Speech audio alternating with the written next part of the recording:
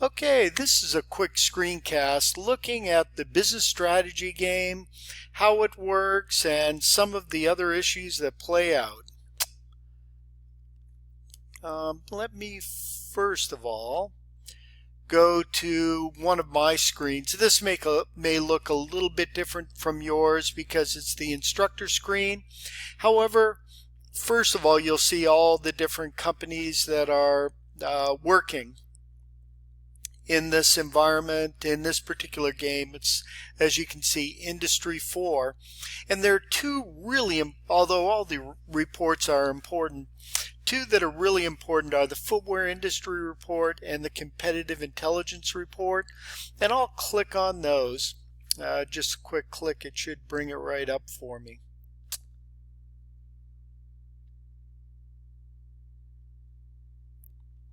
Actually, let me drop that away. Yeah, it's coming in just a moment. These two reports are really fundamental to understand not only what you're doing in the business strategy game, but also what your competitors are doing. And it provides a lot of information from how competitive they are, their risk. It gives all the information on financials, income statement, balance statement, cash flow analysis. All those are included. In addition, this is at the end of the game. You'll have 10 years or 10 different iterations. Actually do an iteration every week generally. And at the end of the week, you'll get a screen like this that shows the year. For instance, the first year will be year 10. This is, again, the end of the game, so it's year 20. And it'll show actually game to date, as well as the specific year that you just finished. Again, every company's starting in year 10, and then year 11, 12, 13, up through. You can also see that it clearly identifies that Karmacleats is kicking butt with a overall score of 109. Forever Feet got trounced, as you can see, with a 22. And we can start to look at these different screens. That's a scoreboard screen. We've got a screen that has the earnings per share, return on equity, should be coming up in a second. And you can see that right here where it's got all the different information from the stock price 1 year after the next. Of course, when you start out, all you're going to do is have the information for year 11, and then you'll be changing your company to be successful as you're moving forward. The next screen is credit rating, image, those kinds of variables. It also has corporate social responsibility, how you did with that. It gives a bond rating. You can see, for instance, Company G did very poorly, but was able to actually really do themselves proud at the end of the game. Most of the companies did run very well, but you can also see some of the variation in the overall game. Every one of the companies gets an image rating, how their image, their branding is doing against their competitors. And you can see, you'll be able to see your own company. It's, for instance, Karmacleats is K. And you can see that actually they do have the highest image rating compared to some of the other companies in the market. Just kind of moving on. The next one is plant capacity. And you can see all the information. The real important information just happens to be here at the bottom. And you can see each of the different plants: North America, Asia, Europe, Africa, Asia Pacific, and Latin America. And all the capacity they had at the beginning of year 20. Again, they're at the end of the game, and all that's available to them. And then the possibility of right there, one company, Company D, actually adding capacity at the end of the game. By the way, knowing that there's going to be no year 21, Why would anybody add capacity? By the way, good question. But you can see the capacity that each one of these different companies had. For instance, looking at Company F, in North America, they had 3.1 million pairs, 2 million in Europe, Africa, 4.3 million in Asia Pacific, 2 million in Latin America, for a total capacity of 11.4 million. By the way, Karma cleats, wow, 31 million pairs. The Asia Pacific, 12 million right there alone. Interesting how these different companies moved forward in order to gain market share. There's also a financial summary, and that will provide your credit data, your actually all the information off your balance sheet, your income statement, and you can see, of course, what's interesting. Look at that, Company F with a net profit in their last year of a loss of $101 million. Wow. Actually, they were, yeah, that was a the number of shares that are provided. By the way, Company K paid out a dividend of $75 million. Very generous, very generous. Of course, I think they won. They had plenty of money, and it supports stock price. You can also see the debt that the different companies had, their current liabilities, cash on hand. You can see Company F, which we talked about a second ago, with zero cash on hand. And all these numbers, of course, will make even more sense as we move through the game.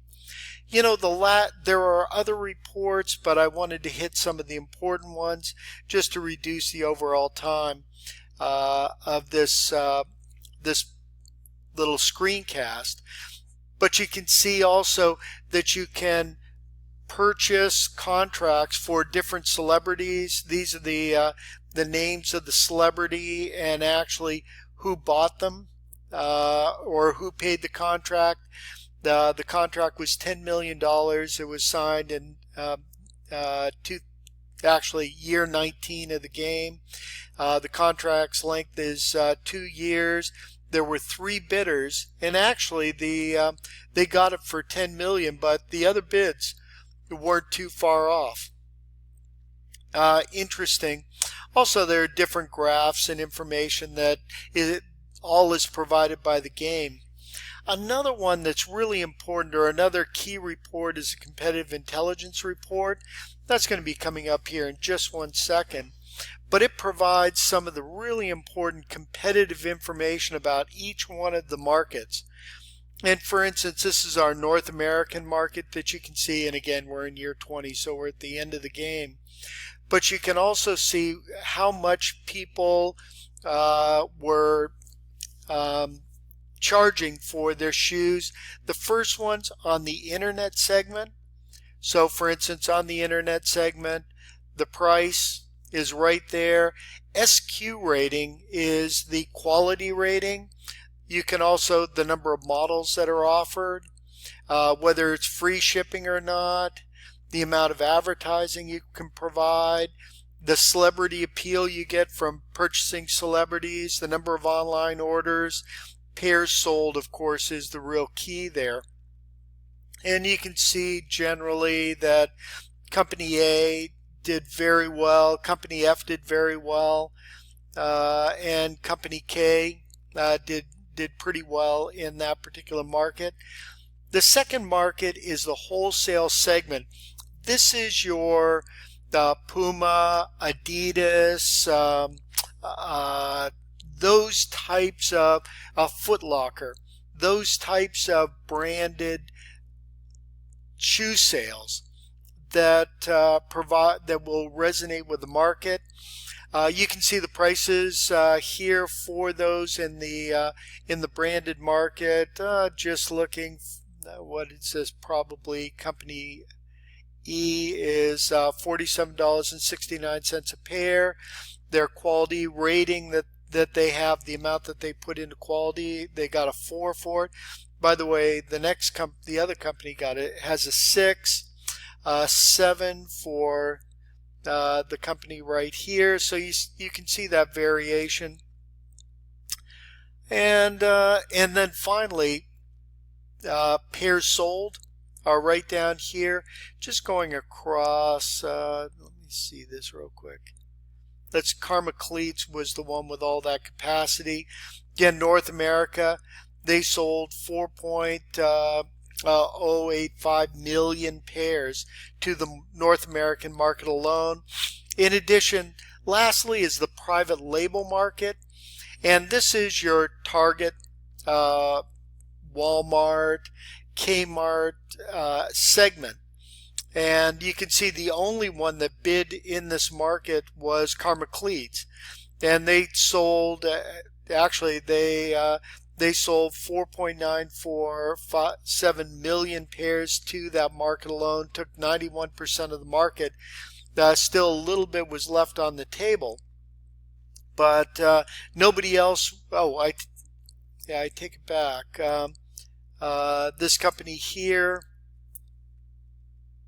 Company F, did come in. Look at that, $15 per pair. They grabbed 500,000 pairs, 9% of the market, so they got that other 9% of the market. But interesting. Then lastly, the game does provide bubble maps, so you can look at these different companies. Karma Cleats is over here, one of the biggest ones in the North American segment for the internet. I don't know what that one is. Maybe it'll pop up. No, maybe not. For the wholesale market, you can see the wholesale segment right here.